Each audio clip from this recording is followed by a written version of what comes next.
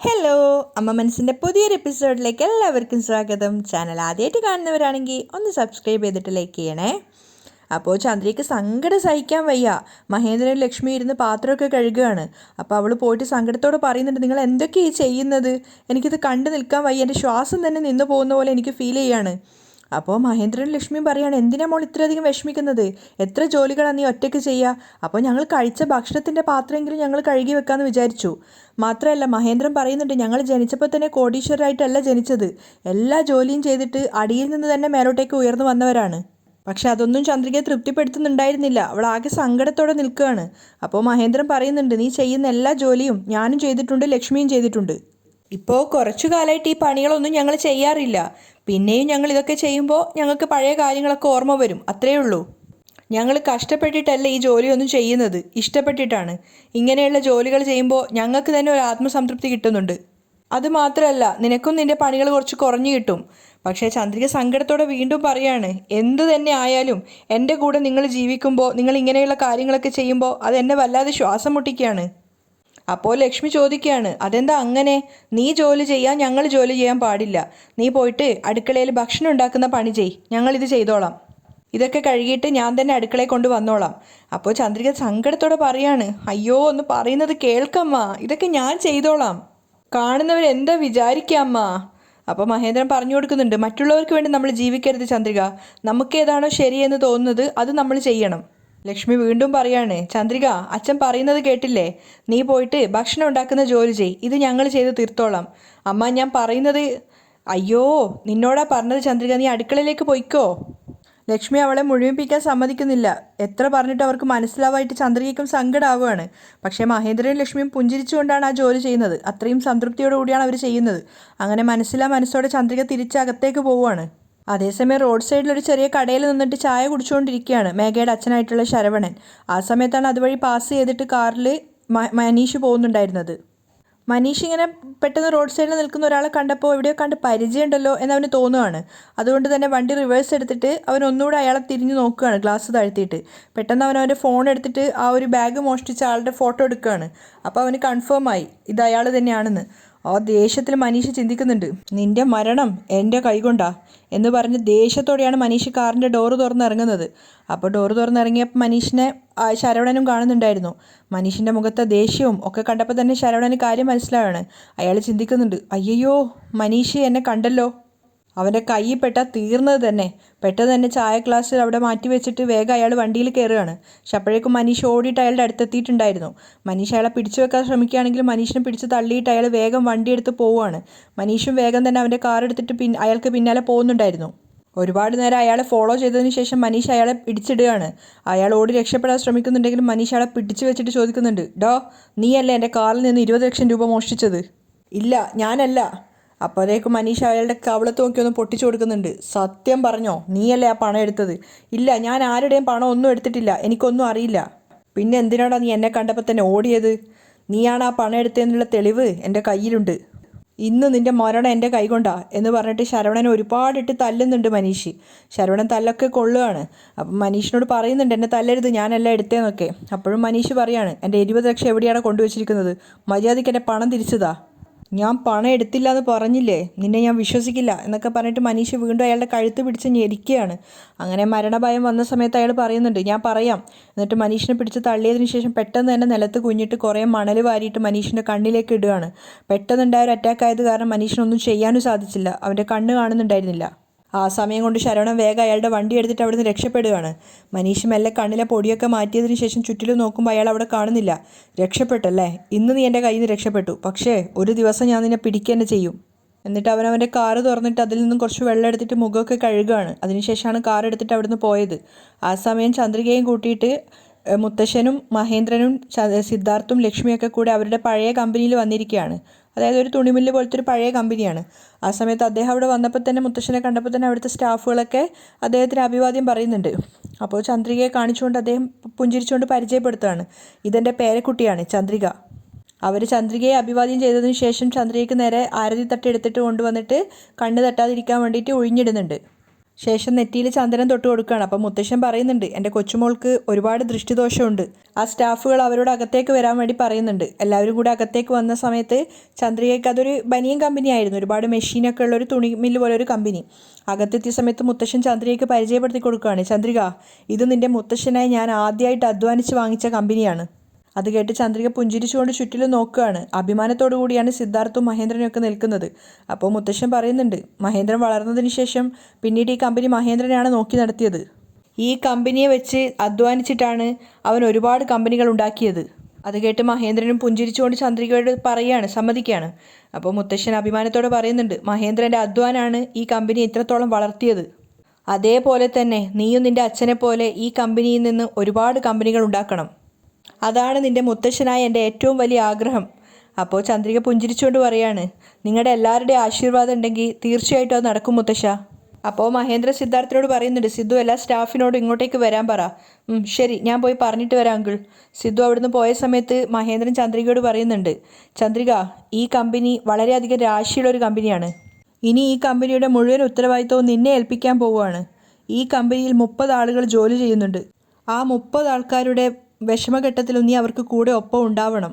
ആ 30 പേരുടെയും കുടുംബത്തെയും നീ നന്നായിട്ട് നോക്കണം. അത് കേട്ട് ചന്ദ്രിക പുഞ്ചിരിച്ചുകൊണ്ട് പറയാണ്, ശരി സർ. അപ്പോൾ മുത്തശ്ശൻ ചന്ദ്രികയോട് പറയുന്നുണ്ട്, ചന്ദ്രിക, നാളെ തന്നെ ഈ കമ്പനി നിൻ്റെ പേരിലേക്ക് എഴുതി വെക്കാൻ വേണ്ടി പോവുകയാണ്. അത് കേട്ടപ്പോൾ തന്നെ പരിഭ്രമത്തോടെ ചന്ദ്രിക പറയുന്നുണ്ട്, വേണ്ട സർ, അങ്ങനെയൊന്നും ചെയ്യരുത്. ഇത് നിങ്ങളുടെ പേരിൽ തന്നെ വേണം. മുത്തശ്ശൻ്റെ പേരിലുണ്ടായാലാണ് ഞങ്ങൾക്ക് അഭിമാനം. അത് കേട്ട് ലക്ഷ്മി അഭിമാനത്തോടെ മഹേന്ദ്രനെ നോക്കുകയാണ്. നമ്മുടെ മകളുടെ സ്വഭാവം ഇത്രത്തോളം നല്ലതാണല്ലോ എന്ന് ആലോചിച്ചിട്ട്. അതേപോലെ തന്നെ അഭിമാനത്തോടെയാണ് മുത്തശ്ശനും പുഞ്ചിരിക്കുന്നത്. മഹേന്ദ്രനാണെങ്കിൽ കുറ്റബോധത്തോടെയും സങ്കടത്തോടെയും തലതാഴ്ത്തി നിൽക്കുകയാണ്. അപ്പോൾ മുത്തശ്ശൻ പറയുന്നുണ്ട്, നോക്ക് മഹേന്ദ്ര, നിൻ്റെ സ്വന്തം മോള് അവളുടെ പേരിൽ കമ്പനി എഴുതി കൊടുക്കാമെന്ന് പറഞ്ഞിട്ടും വേണ്ടാന്നാണ് പറയുന്നത്. പക്ഷേ നീ വളർത്തിയ മകള് നിൻ്റെ പേരിലുള്ള സ്വത്തുക്കളൊക്കെ ചതിച്ചിട്ട് വാങ്ങി. അത് കേട്ട സമയത്ത് എല്ലാവരുടെ മുഖത്തും സങ്കടം നിറയാണ്. അപ്പോൾ മുത്തശ്ശൻ പറയുന്നുണ്ട്, അതാണ് പെറ്റ മകൾക്കും വളർത്തിയ മകൾക്കും തമ്മിലുള്ള വ്യത്യാസം. സത്യമാണ് അച്ഛാ നിങ്ങൾ പറഞ്ഞത്. അപ്പോഴേക്കും സിദ്ധാർത്ഥ് അവിടെയുള്ള സ്റ്റാഫുകളായ സ്ത്രീകളെയൊക്കെ കൂട്ടിയിട്ട് വന്നിട്ടുണ്ടായിരുന്നു. ചന്ദ്രിക, ഇവരാണ് ഇവിടെ ജോലി ചെയ്യുന്ന സ്റ്റാഫുകൾ. അവരെല്ലാവരും മുത്തശ്ശനെയും ചന്ദ്രികയും ലക്ഷ്മിയെയും മഹേന്ദ്രനെയൊക്കെ വണങ്ങിയിട്ട് പറയുകയാണ് നമസ്കാരം എന്ന്. അപ്പോൾ മുത്തശ്ശൻ സ്നേഹത്തോട് ചോദിക്കുന്നുണ്ട്, എല്ലാവർക്കും സുഖാണോ? സുഖാണ് സർ. അപ്പോൾ മുത്തശ്ശൻ അവർക്ക് പരിചയപ്പെടുത്തി കൊടുക്കുകയാണ്, ഇത് ചന്ദ്രിക, എൻ്റെ പേരക്കുട്ടിയാണ്. ഇതുവരെ മഹേന്ദ്രനാണ് ഈ കമ്പനിയൊക്കെ നോക്കി നടത്തിയിരുന്നത്. ഇനി അങ്ങോട്ട് ചന്ദ്രിക എൻ്റെ പേരക്കുട്ടിയായിരിക്കും ഈ കമ്പനിയൊക്കെ നോക്കി നടത്തുക. എന്നെയും മഹേന്ദ്രനെയും നിങ്ങൾ എത്രത്തോളം സപ്പോർട്ട് ചെയ്തിട്ടുണ്ടോ അത്രത്തോളം നിങ്ങൾ ചന്ദ്രികയെയും സപ്പോർട്ട് ചെയ്യണം. അവരും നിറഞ്ഞ മനസ്സോടെ പറയുന്നുണ്ട്, തീർച്ചയായിട്ടും സർ. അങ്ങനെ പരസ്പരം എല്ലാവരും അങ്ങനെ നമസ്കാരമൊക്കെ പറഞ്ഞിട്ട് അവിടുന്ന് പോവുകയാണ്. എല്ലാവരും അവരവരുടെ ജോലിയിലേക്ക് പോയ സമയത്ത് മുത്തശ്ശൻ ചന്ദ്രികയോട് പറയാണ്, ചന്ദ്രിക വാ, ഞാൻ നിനക്ക് ഇവിടെ ഓരോ ഡിപ്പാർട്ട്മെൻറ്റും കാണിച്ചു തരാം. ചന്ദ്രികയ്ക്ക് ഓരോ ഭാഗവും അദ്ദേഹം വിശദമായിട്ട് പറഞ്ഞ് പരിചയപ്പെടുത്തി കൊടുക്കുകയാണ്. അവർക്ക് പിന്നാലെ തന്നെ മഹേന്ദ്രനും ലക്ഷ്മിയും സിദ്ധാർത്ഥും നടക്കുന്നുണ്ടായിരുന്നു. ഓരോരുത്തരും അദ്ദേഹത്തെ കാണുമ്പോൾ സന്തോഷത്തോടു കൂടി വെൽക്കം ചെയ്യുകയാണ്. ചന്ദ്രികയ്ക്കും അതൊരു വല്ലാത്ത സന്തോഷം തന്നെയായിരുന്നു. അവിടെയുള്ള സ്റ്റാഫുകളോടൊക്കെ കൊച്ചു കൊച്ചു സംസാരമൊക്കെ സംസാരിച്ചിട്ടാണ് അവർ നടന്നുകൊണ്ടിരിക്കുന്നത്. അങ്ങനെ എല്ലാ ഭാഗങ്ങളും ശ്രദ്ധയോടെ നോക്കിക്കോ എന്നൊക്കെ ചന്ദ്രികയോട് പറയുന്നുമുണ്ട്. ആ സമയത്ത് ചന്ദ്രികയും സിദ്ധാർത്ഥുമാണ് പിന്നിലുണ്ടായിരുന്നത്. അവർ രണ്ടുപേരും തനിച്ചായ സമയത്ത് സിദ്ധാർത്ഥ് ചന്ദ്രികയോട് പറയുന്നുണ്ട്, ചന്ദ്രിക, ഞാൻ പറയുന്നത് നീ തെറ്റിദ്ധരിക്കരുത്. എന്താ സർ? നിനക്കിപ്പോൾ മുത്തശ്ശൻ വലിയൊരു ഉത്തരവാദിത്തമാണ് ഏൽപ്പിച്ചിരിക്കുന്നത്. ഈ കമ്പനിയെ മുന്നേറ്റത്തിലേക്ക് കൊണ്ടുവരിക എന്നുള്ളത് നിൻ്റെ ഉത്തരവാദിത്തമാണ്. അത് കേട്ട് പുഞ്ചിരിച്ചുകൊണ്ട് ചന്ദ്രികയും പറയുന്നുണ്ട്, എനിക്ക് ഇങ്ങനെയുള്ള കമ്പനിയൊന്നും ഒറ്റയ്ക്ക് കൈകാര്യം ചെയ്തിട്ട് ഒരു പരിചയവുമില്ല. നിങ്ങൾ എൻ്റെ കൂടെ നിന്നിട്ട് ഇതിനൊക്കെ എന്നെ സഹായിക്കണം. അതിനെന്താ ചന്ദ്രിക, ഞാൻ നിൻ്റെ കൂടെ ഇല്ലേ, ഞാനെല്ലാം പറഞ്ഞു തരാം. All the best. Thank you sir. അതേസമയം മേഘയുടെ ഓഫീസിലാണെങ്കിൽ കോൺഫറൻസ് ഹാളിൽ എല്ലാവരും സ്റ്റാഫുകളൊക്കെ ഒത്തുകൂടിയിരിക്കുകയാണ്. അപ്പോൾ അവർ പരസ്പരം സംസാരിക്കുന്നുണ്ട്. ഒരാൾ ചോദിക്കുന്നുണ്ട്, എന്തോ ഒരു മുഖ്യമായ കാര്യത്തെക്കുറിച്ച് സംസാരിക്കാൻ വേണ്ടിയിട്ടാണ് മേഘ മേഡം എല്ലാവരോടും കോൺഫറൻസ് ഹാളിലേക്ക് വരാൻ പറഞ്ഞത്. എന്തിനാണ് പറഞ്ഞതെന്ന് നിങ്ങൾക്ക് ആർക്കെങ്കിലും അറിയാമോ? അപ്പോൾ വേറൊരാൾ പറയുന്നുണ്ട്, ഇല്ല, അറിയില്ല. മേഘ മേഡം ഏത് നേരത്ത് എന്ത് തീരുമാനം എടുക്കാമെന്ന് ആർക്കും പറയാൻ പറ്റില്ല. അവരിങ്ങനെ പരസ്പരം സംസാരിച്ചുകൊണ്ടിരിക്കുമ്പോഴേക്കും മേഘയും വാസുദേവനും കൂടെ കോൺഫറൻസ് ഹാളിലേക്ക് വന്നിട്ടുണ്ടായിരുന്നു. അവളെ കണ്ടതും എല്ലാവരും എഴുന്നേറ്റ് നിന്നിട്ട് ഗുഡ് മോർണിംഗ് പറയാണ്. എല്ലാവരും ഇരിക്കൂ, മേഘ പറയാണ്. അതിനുശേഷം വാസുദേവനോട് പറയുന്നുണ്ട്, ഇരിക്കാങ്കിൾ. വാസുദേവനും അവിടെ ഒരാളായിട്ട് ഇരിക്കുകയാണ്. അപ്പോൾ മേഘ എല്ലാവരുമായിട്ട് പറയുന്നുണ്ട്, കഴിഞ്ഞ 20 വർഷമായിട്ട് ഈ ഓഫീസിലെ ഫിനാൻസ് ഹെഡിൻ്റെ ചുമതല നിറവേറ്റിയിരുന്നത് വാസുദേവൻ അങ്കിളാണെന്ന് നിങ്ങൾക്ക് എല്ലാവർക്കും അറിയും. ഏതോ ഒരു മിസ്അണ്ടർസ്റ്റാൻഡിങ്ങിൻ്റെ പേരിൽ അച്ഛൻ അദ്ദേഹത്തെ ജോലിയിൽ നിന്ന് ഒഴിവാക്കി. പക്ഷേ ഇപ്പോൾ അദ്ദേഹം നിരപരാധിയാണെന്ന് തെളിയിച്ചിട്ടുണ്ട്. വാസുദേവൻ എല്ലാവരുടെയും മുഖത്തേക്ക് നോക്കുകയാണ്. അപ്പോൾ മേഘ എല്ലാവരോടുമായിട്ട് പറയുന്നുണ്ട്, ഇപ്പോൾ വീണ്ടും നമ്മുടെ കമ്പനിയുടെ ഫിനാൻസ് ഹെഡായിട്ട് ഞാൻ വാസുദേവൻ അങ്കിളിനെ തന്നെ നിയമിക്കുകയാണ്. അത് കേട്ട് വാസുദേവൻ അഭിമാനത്തോടെ ഇരിക്കുന്നുണ്ട്. അത് കേട്ട സമയത്ത് മറ്റുള്ള സ്റ്റാഫുകളൊക്കെ കൈയടിച്ചിട്ട് അത് അംഗീകരിക്കുകയാണ്. ആ ഒരു കോൺഫറൻസ് കഴിഞ്ഞ സമയത്ത് എല്ലാവരും വാസുദേവന് കൺഗ്രാറ്റ്സ് പറയുന്നുണ്ട്. മേഘയും കൺഗ്രാറ്റ്സ് പറഞ്ഞിട്ട് കൈയൊക്കെ കൊടുക്കുകയാണ്. മേഘയ്ക്ക് ശേഷം ബാക്കിയുള്ള എല്ലാവരും അദ്ദേഹത്തിന് കൈ കൊടുക്കുന്നുണ്ട്. വീണ്ടും ഇരുന്നതിന് ശേഷം മേഘ പറയുന്നുണ്ട്, ഇനി അങ്ങോട്ട് നമ്മുടെ കമ്പനിയിൽ വാസുദേവൻ അങ്കിൾ അറിയാതെ ഒരു ഫിനാൻഷ്യൽ കാര്യങ്ങളും നടക്കാൻ പാടില്ല. മേഘ നന്നായിട്ട് വാസുദേവനെ കയ്യിലെടുക്കുന്നുണ്ടായിരുന്നു. അതിനുശേഷം മറ്റൊരു സ്റ്റാഫിനോട് പറയാണ്, ഫോർമാലിറ്റീസൊക്കെ ക്ലിയർ ചെയ്തതിന് ശേഷം വാസുദേവൻ അങ്കിളിനുള്ള അപ്പോയിൻമെൻറ്റ് ലെറ്റർ പെട്ടെന്ന് തന്നെ റെഡിയാക്കാൻ അയാളത് അംഗീകരിക്കുകയാണ്. അതിനുശേഷം മേഘ വാസുദേവനെയും കൂട്ടിയിട്ട് പുറത്ത് മറ്റൊരു റൂമിലേക്കാണ്, ക്യാബിനിലേക്കാണ് പോയത്. അതൊരു പുതിയ റൂം തന്നെയായിരുന്നു, ഒരു പുതിയ ക്യാബിൻ. അവിടെ എത്തിയപ്പോൾ ഒരു ചെയർ കാണിച്ചിട്ട് മേഘ പറയുന്നുണ്ട് ആ ഒരു സീറ്റിൽ പോയിട്ട് ഇരിക്കാൻ വേണ്ടിയിട്ട്. വാസുദേവൻ ആദ്യം മനസ്സിലായില്ല. അപ്പോൾ മേഘ അഭിമാനത്തോടെ പറയാണ്, ഇനി അങ്ങോട്ട് ഈ കമ്പനിയുടെ ഫിനാൻസ് ഹെഡ് വാസുദേവൻ അങ്കിൾ തന്നെയാണ്. അയാൾ ശരിക്കും അത്ഭുതപ്പെട്ട് നിൽക്കുന്നുണ്ടായിരുന്നു. കാരണം മഹേന്ദ്രൻ വന്നു കഴിഞ്ഞാൽ ഓഫീസിൽ ഇരിക്കാറുള്ള ആ ഒരു ചെയറായിരുന്നു അത്. അവിടെ ഇരിക്കാനുള്ള യോഗ്യതയൊക്കെ തനിക്കുണ്ടോയെന്ന് പോലും അയാൾ ചിന്തിച്ചു പോവുകയാണ്. പിന്നെ അയാൾ കുറച്ചൊരു സങ്കടത്തോടെയൊക്കെ പറയാണ്, മേഘ മോളെ, ഞാൻ നിനക്ക് എങ്ങനെ നന്ദി പറയേണ്ടതെന്ന് അറിയില്ല. വീണ്ടും ഞാൻ ഈ ഒരു ചെയറിൽ വന്നിരിക്കുന്നൊന്നും ഞാൻ വിചാരിച്ചിട്ട് പോലും ഉണ്ടായിരുന്നില്ല. നീ ഈ ചെയ്ത ഉപകാരം മരിക്കും വരെ ഞാൻ മറക്കില്ല മേഘ. അപ്പോൾ മേഘയും പറയാണ്, എന്താ അങ്കിൾ ഇങ്ങനെ വലിയ വലിയ വാർത്തകളൊന്നും പറയില്ലേ, നിങ്ങൾ സന്തോഷത്തോടെ ആ ചെയറിൽ പോയി ഇരിക്കേ. അതിനുശേഷം അയാൾ പോയിട്ട് ആ ചെയറിൽ ഇരിക്കുന്നുണ്ട്. മേഘ വീണ്ടും അയാൾക്ക് കൺഗ്രാറ്റ്സ് ഒക്കെ പറഞ്ഞതിന് ശേഷം പുറത്തേക്ക് പോവാണ്. അപ്പോൾ അയാളൊരു പ്രതികാര രൂപത്തിലൂടെയാണ് ഇരിക്കുന്നത്. മാത്രമല്ല കാലിന് മുകളിൽ കാലൊക്കെ കയറ്റി വെച്ച് അയാൾ സ്വയം പറയുന്നുണ്ട്, മഹേന്ദ്ര, എന്നെ നീ ഈ കമ്പനിയിൽ നിന്നും പറഞ്ഞു വിട്ടു, പക്ഷെ ഇന്ന് ഈ കമ്പനി പോലും നിൻ്റെതല്ല. നീ ഏത് പോസ്റ്റിൽ നിന്നാണോ എന്നെ ഒഴിവാക്കിയത് അതേ പോസ്റ്റിൽ തന്നെ ഞാൻ വീണ്ടും തിരിച്ചെത്തി, നീ കാണുന്നില്ലേ.